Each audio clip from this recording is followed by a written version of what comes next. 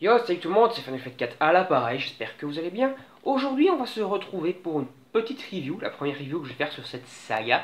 Il s'agit tout simplement de la review de Black Clover. Et on va donc faire en fait la review d'abord du tout premier arc. Et donc, le premier arc de Black Clover qui est l'arc du taureau noir, qui se trouve dans le premier tome et également dans les deux premiers chapitres du deuxième tome. Alors, on va d'abord s'intéresser au tout début de cet arc, qui est en fait d'abord l'introduction de toute la saga, l'introduction des personnages.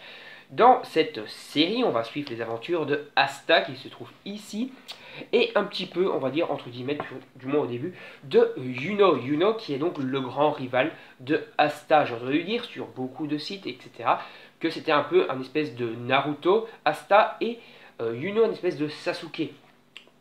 Je suis pas tout à fait d'accord. Au début, ouais, ok, on a l'impression qu'ils ont complètement un caractère à la Naruto et un caractère à la Sasuke. Le caractère de Asta n'évolue pas vraiment, mais le caractère de Yuno, lui, va évoluer considérablement. Et on se retrouve en fait pas du tout avec un Sasuke 2.0. Voilà, tout simplement. Alors, donc, qu'est-ce que c'est que Black Clover? Black Clover, en fait, se trouve dans le royaume de Clover. Le royaume de Clover, c'est quoi? C'est tout simplement un royaume qui est régi par la magie. Dans ce royaume, et même dans la planète entière, d'après ce que j'ai compris, tous les habitants sont dotés de pouvoirs magiques dès la naissance. Tous, non, il y a quelques exceptions, et en fait, Asta fait partie de ces exceptions, c'est-à-dire que Asta n'a aucun pouvoir magique. Dans cet univers, donc, comme je vous l'ai dit, tout le monde possède des pouvoirs magiques et peut donc utiliser la magie pour réaliser des tâches quotidiennes. Par exemple, faire la vaisselle, faire le linge et tout, ils utilisent leur pouvoir pour faire ça. Et ils vont développer en fait ces pouvoirs à l'âge de 15 ans, beaucoup plus, parce qu'à l'âge de 15 ans, ils se voient plutôt confier un grimoire. Ce grimoire qui va leur permettre, en plus d'utiliser la magie de façon de base, d'utiliser des sorts d'attaque, des sorts de défense, donc des sorts tout simplement. C'est un petit peu le même principe que dans Harry Potter, c'est-à-dire que c'est comme s'ils se voyaient confier une baguette magique. Lorsqu'ils sont enfants, les sorciers, dans Harry Potter, peuvent déjà déclencher quelques pouvoirs. Et lorsqu'ils utilisent leur baguette magique, ils peuvent mieux canaliser leur pouvoir et lancer des sorts. Et bien ici, c'est exactement le même principe, c'est-à-dire que grâce à ce grimoire, ils vont pouvoir canaliser leur pouvoir. Donc ils se voient tous se voient confier un grimoire, tous non. Asta, lors de ses 15 ans, ne se voit pas confier de grimoire. C'est-à-dire que tout le monde va à la cérémonie pour avoir son grimoire, et Asta qui a cette cérémonie, il est comme ça, et mon grimoire il est où? Et ben il n'a pas de grimoire, tout simplement. Parce qu'en fait, il a zéro pouvoir magique. Mais ça, en fait, Asta ne le sait pas. Et Asta, il pense vraiment qu'il va avoir des pouvoirs et tout, mais qu'il galère juste à les utiliser. En fait, non, il a zéro pouvoir. D'ailleurs, on va en fait se retrouver avec Yuno qui va se voir confier un grimoire surpuissant, le grimoire à 4 feuilles, qui est en fait le trèfle à 4 feuilles plutôt, qui est en fait un grimoire similaire à celui utilisé par l'empereur mage. Parce que le but de Asta et Yuno est de devenir empereur mage. Un petit clin d'œil à Naruto qui veut devenir Hokage. Ici, il veut devenir empereur mage qui est en fait un petit peu le chef du royaume. Le chef de Clover, quoi. Et donc, ils veulent devenir, entre guillemets, le roi de Clover en devenant empereur mage, c'est-à-dire le mage, théoriquement, le plus puissant du royaume. Donc, il se voit confier ce grimoire surpuissant et il se le fait voler immédiatement après par un sorcier un brigand, on va dire, qui s'en empare en le piégeant dans des chaînes magiques. Asta qui voit ça veut venir aider son ami, mais Asta n'a pas de pouvoir, il n'a pas de grimoire.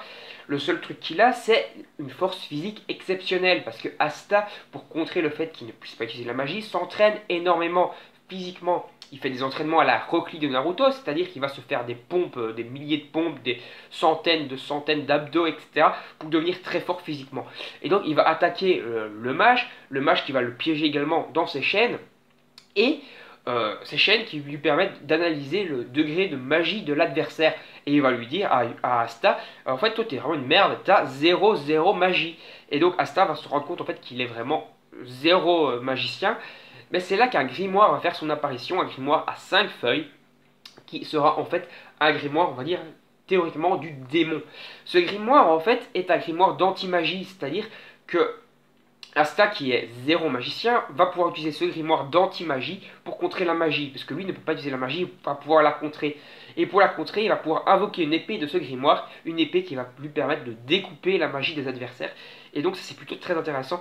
Combiné à sa force physique, il devient donc très puissant sans pouvoir utiliser forcément de magie. Ils vont donc battre cet adversaire, et Asta et Yuno vont refaire le même pari qu'ils avaient fait quand ils étaient enfants, de devenir empereur mage. par après, ils vont faire l'examen pour devenir chevalier mage et rentrer dans une compagnie. Asta va rater tous les examens de magie, mais il va gagner le combat contre son adversaire. Parce qu'en fait, en utilisant son épée d'anti-magie, il va réussir à battre facilement son adversaire. Yuno, lui, aura réussi tout sur toute la ligne. Et au final, donc les compagnies vont choisir qui ils prennent dans leur équipe. C'est-à-dire qu'en fait, chaque magicien qui a participé au tournoi va s'avancer avec un numéro. Et les compagnies intéressées vont lever la main pour voir s'ils sont intéressés par ce magicien-là. Yuno aura toutes les compagnies qui seront pour lui, mais il va aller dans la compagnie de l'Aube d'Or, qui sera en fait la compagnie la plus puissante, tout simplement. Donc il sera engagé, Yuno sera engagé dans cette compagnie. Et Asta, en fait, personne ne voudra de lui. Il y aura juste, au final, la compagnie du Taureau Noir qui va se lever, qui va venir face à lui, il va lui dire... Eh ben, au final, tu es intéressant, tu es vraiment mauvais en magie, etc. Tu n'as aucune magie. Tu as quand même gagné ton combat, mais personne n'a compris d'où venaient tes pouvoirs et tout, c'est assez étrange. Mais bon, tu as un caractère qui m'intéresse, qui me plaît bien, je te prends dans la compagnie. On aura donc en fait la compagnie en fait, du Taureau Noir, qui est un peu une compagnie entre guillemets de ratés, c'est-à-dire de magiciens un petit peu chelous qui maîtrisent pas bien leurs pouvoirs et tout. Et de complètement un peu délirante, un peu un délire à la Fairy Tail, c'est-à-dire qu'ils sont tous complètement loufoques dans cette compagnie, dans cette guilde. Et donc voilà. Donc ils vont quand même prendre Asta dans leur équipe. Donc qu'est-ce que c'est qu'en fait le principe des compagnies? Les compagnies sont dirigées par des capitaines. Capitaines qui sont un peu les maîtres de Fairy Tail, qui est dans Fairy Tail, donc qui dirigent les guildes. Ici c'est un peu des capitaines. Et en fait les compagnies sont utilisées, sont payées entre guillemets pour réaliser des missions, un peu le même principe que Fairy Tail. C'est-à-dire des missions de protection, des missions de recherche d'artefacts, des missions de chasse aux monstres, des missions de sauvetage, etc. Donc différentes missions, quoi, tout simplement. Et donc cette compagnie va être la compagnie où est Asta. Asta va être en fait pris pour la première mission, donc dans la compagnie du Taureau Noir. Ils vont être pris pour faire leur première mission. Et au final, cette mission va se solder par un combat contre un adversaire très puissant, un magicien de glace, qui aura carrément attaqué un village. Asta va finalement réussir à vaincre ce magicien surpuissant au début du tome 2. Donc voilà, le magicien de glace.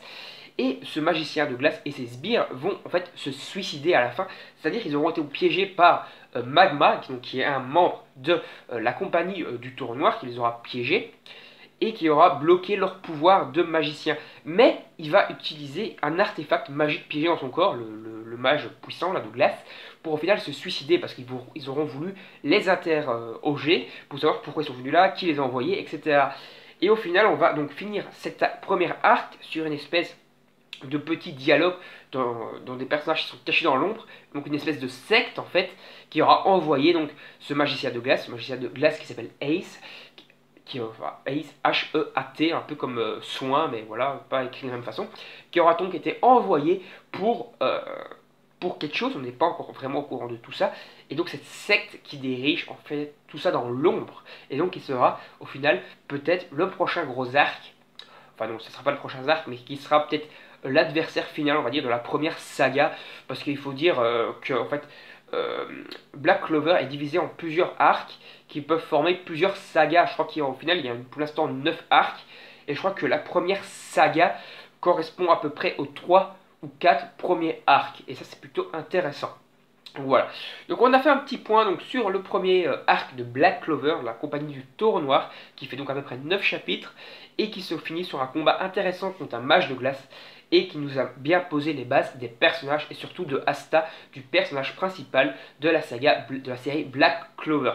Une série franchement qui est très bonne pour l'instant, que je vous conseille. Ce premier arc en tout cas était vraiment très sympa, et c'est vraiment du lourd, et on se retrouvera normalement pour le prochain arc, donc qui sera l'arc, je crois, qui s'appellera Donjon. Donc le premier donjon où ils vont être envoyés donc, en mission avec la compagnie du Taureau Noir, et où il y aura du combat. Je vous lis ça en fait, mais j'ai déjà lu le prochain arc, mais on fera ça dans une prochaine vidéo. Salut tout le monde, on se retrouve pour une prochaine vidéo, une prochaine review, voire autre chose, en espérant que les vidéos vous ont plu. N'hésitez pas à vous abonner, à commenter, à liker, et etc. etc. Salut tout le monde, à la prochaine, bye bye.